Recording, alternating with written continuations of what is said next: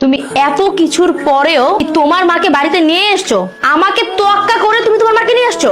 তোমাকে কি তোয়াক্কা করবো? এই সংসারটা চালাই আমি, ইনকাম করি আমি।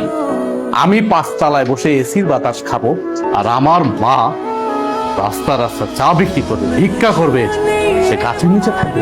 দেখো, এই সংসারটা আমার, এই সংসারটা আমি মেনটেন করি, তাই আমি যা বলবো তাই হবে।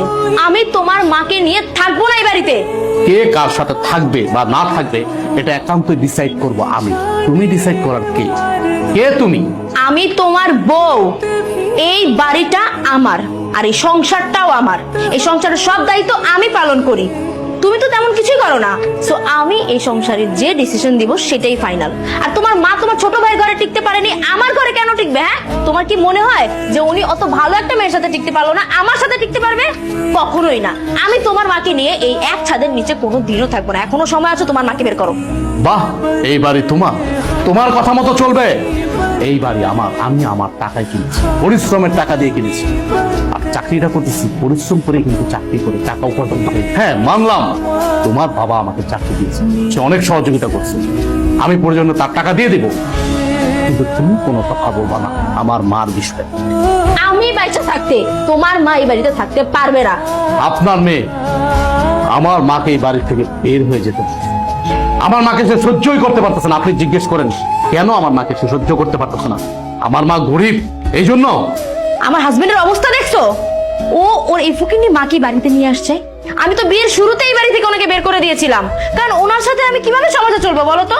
আমার মেয়ে যা বলেছে ঠিকই বলেছে। তোমার মায়ের বেশ পোশাক দেখেছো কি নোংরা? তোমার মা আমার মেয়ের সাথে মানিয়ে চলতে পারে। আরে তোমাকে আমার মেয়ে ভালো ব্যক্তি বিয়ে করেছে, সেই জন্য গ্রাম থেকে তুলে নিয়ে এসে আমি তোমাকে চাকরি দিয়ে প্রতিষ্ঠিত করেছি। তাই বলে তোমার এই গায়া মাকে আমার মেয়ের বাড়িতে নিয়ে আসবা? আপনার মুখে এই টাইপের কথা কখনো মানে না। আপনি একটা শিক্ষিত, ভদ্র, মার্জিত ফ্যামিলির লোক।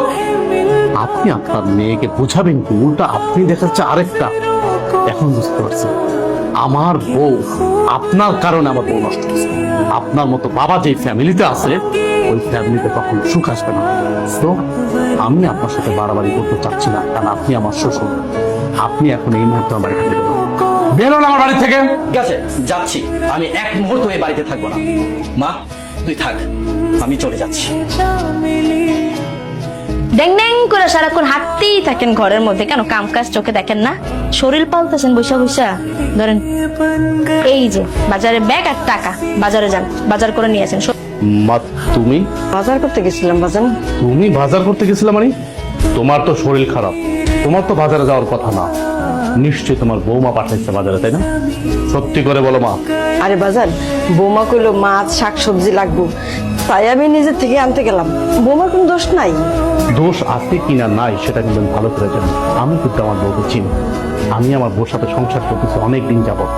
তোমাকে যেদিন থেকে এই বাড়ি থেকে নিয়ে আসছি সেদিন থেকে কিন্তু সে সহ্যই করতে পারে।